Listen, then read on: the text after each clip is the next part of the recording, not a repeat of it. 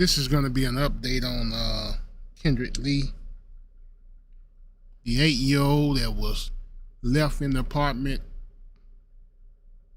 He was beaten to death by the stepfather. Left there to die in that apartment for about a year, and here's the update on it.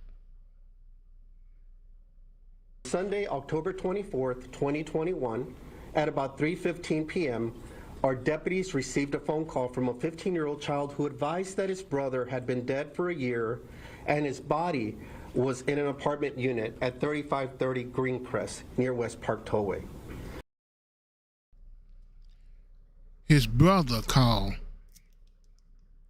He had been in the apartment dead for a year. There's a lot of questions I have to ask.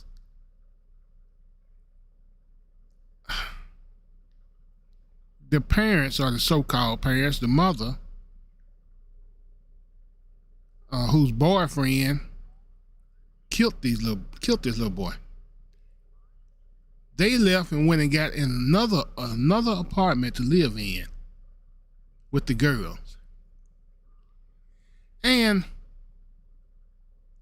left the boys there. No food, no clothing, nothing to sleep on.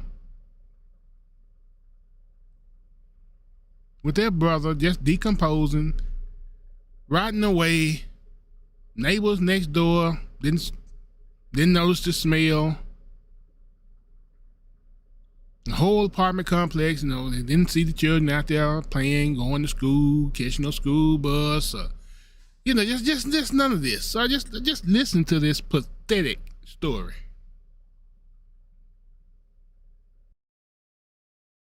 He also stated that his parents had not lived in the apartment in West Harris County with him and his siblings for several months.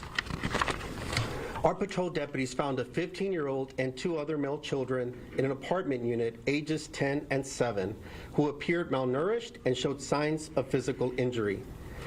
They also found skeletal, dry remains.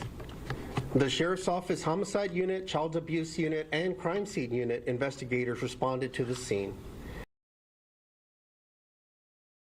Presenting Home Chef oven-ready meals. They're as easy as 1, 2, 3. Step 1. Combine the pre-chopped, pre-portioned ingredients. Step 2. Cook the meal in the oven-safe tin. Step 3. Chow down on the deliciously simple dinner-time taste sensation. Enjoy quality taste for a fraction of the effort with no prep, no mess. Let's get back to it now. And in case you were wondering, Home Chef is the only leading meal kit to offer them. Get 10 free meals at homechef.com.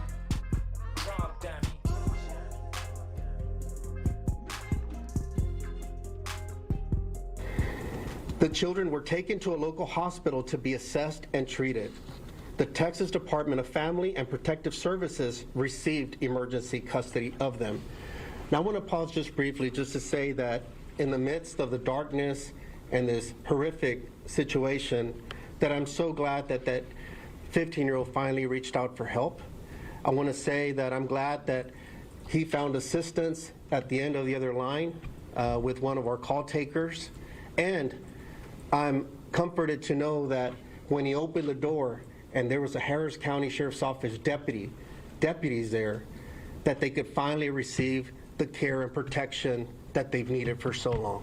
And that's what law enforcement does every single day, finding people in their darkest moments. The mother of the children, 35-year-old Gloria Yvette Williams, and her boyfriend, 31-year-old Brian Ward Coulter, were located late Sunday night and interviewed by investigators before being released without charges. Now, I think it's important to note that at that point, it's still an ongoing active investigation. We didn't find them until late that night. And so we have to make sure that we're being thorough, not getting ahead of the evidence and the investigation that's ongoing. And so at that point, they were released without any charges.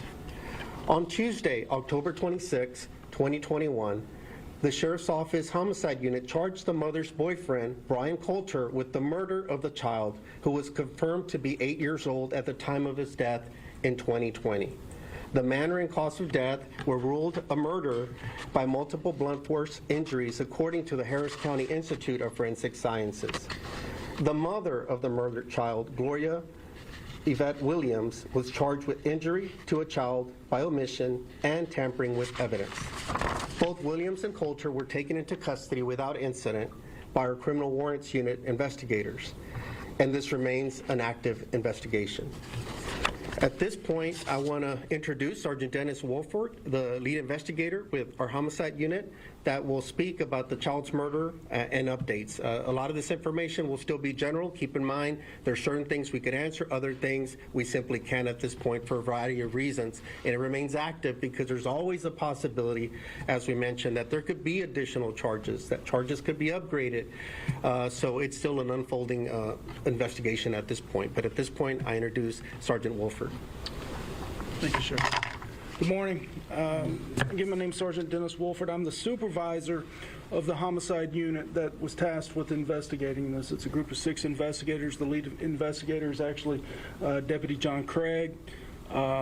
Child abuse also made the scene with us, and they were invaluable in the input that they gave us dealing with CPS and things like that. One of the things that I want to express, I know that there was a lot of people upset that these people weren't taken into custody right away. And one of the things you have to understand is, one, the law of statements, the laws of the state of Texas, and how we get these things into trial. We knew at that point that these children were safe because they were in CPS custody, and the decision was made not to arrest that night. And the reason is because a lot of evidence has to come in before we can actually file charges, including a ruling from the Harris County Institute of Forensic Sciences on what caused this child's death. We also had numerous people, forensic interviews with the children and stuff like that had to be done. Plus, we have to corroborate what the children are telling us before charges can be filed. So believe me, we, from the very beginning, me, the 6 of us, the child abuse guys, we were focused on getting these charges done. And we wanted to get them done as quickly as possible. But above all, murder investigations, child deaths, child murders, they are methodical investigations. And our end goal is to see that justice is served, not to just put people in jail. We want justice to be served. I will answer any questions that I can for you. There may be some that I cannot. Again, as the sheriff said, in my long time of working homicides, this one's up there. Just look at that mother. This one affected us. We'll circle back with the questions just a bit. Let me. Sure. Just.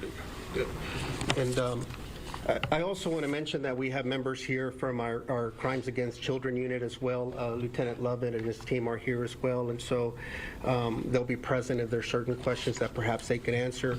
I do want to just mention a couple things that may come up before we get into other parts of it, is that it's our understanding that the children that were present in the apartment, that there were two fathers involved, not involved in the scene, what I'm saying in terms of connected to them. We're told, we haven't confirmed it yet, but that one is possibly deceased already and the other was simply not involved in the lives of the children, so they were not in the picture.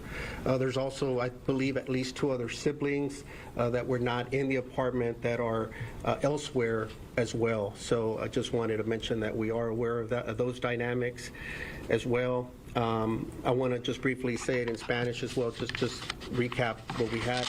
El día domingo, el 24, como a las 3:15, recibimos una llamada de una adolescente de 15 años que avisó que...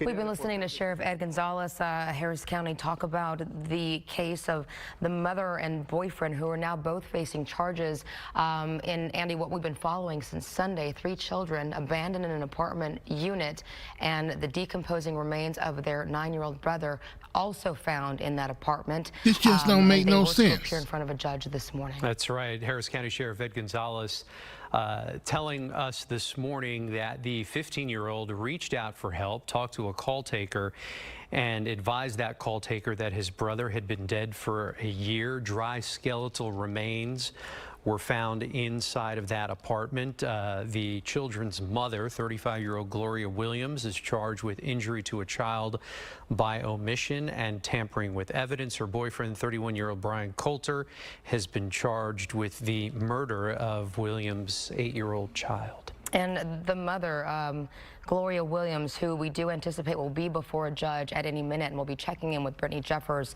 and go to her live momentarily here. But we're going to stay with this press conference.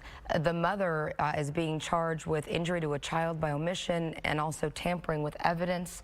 The boyfriend in the case, the 31-year-old Brian Coulter, Andy, that you mentioned, he's being held for a mental health evaluation, so he was not in court this morning, but we understand the judge did read the charges against him.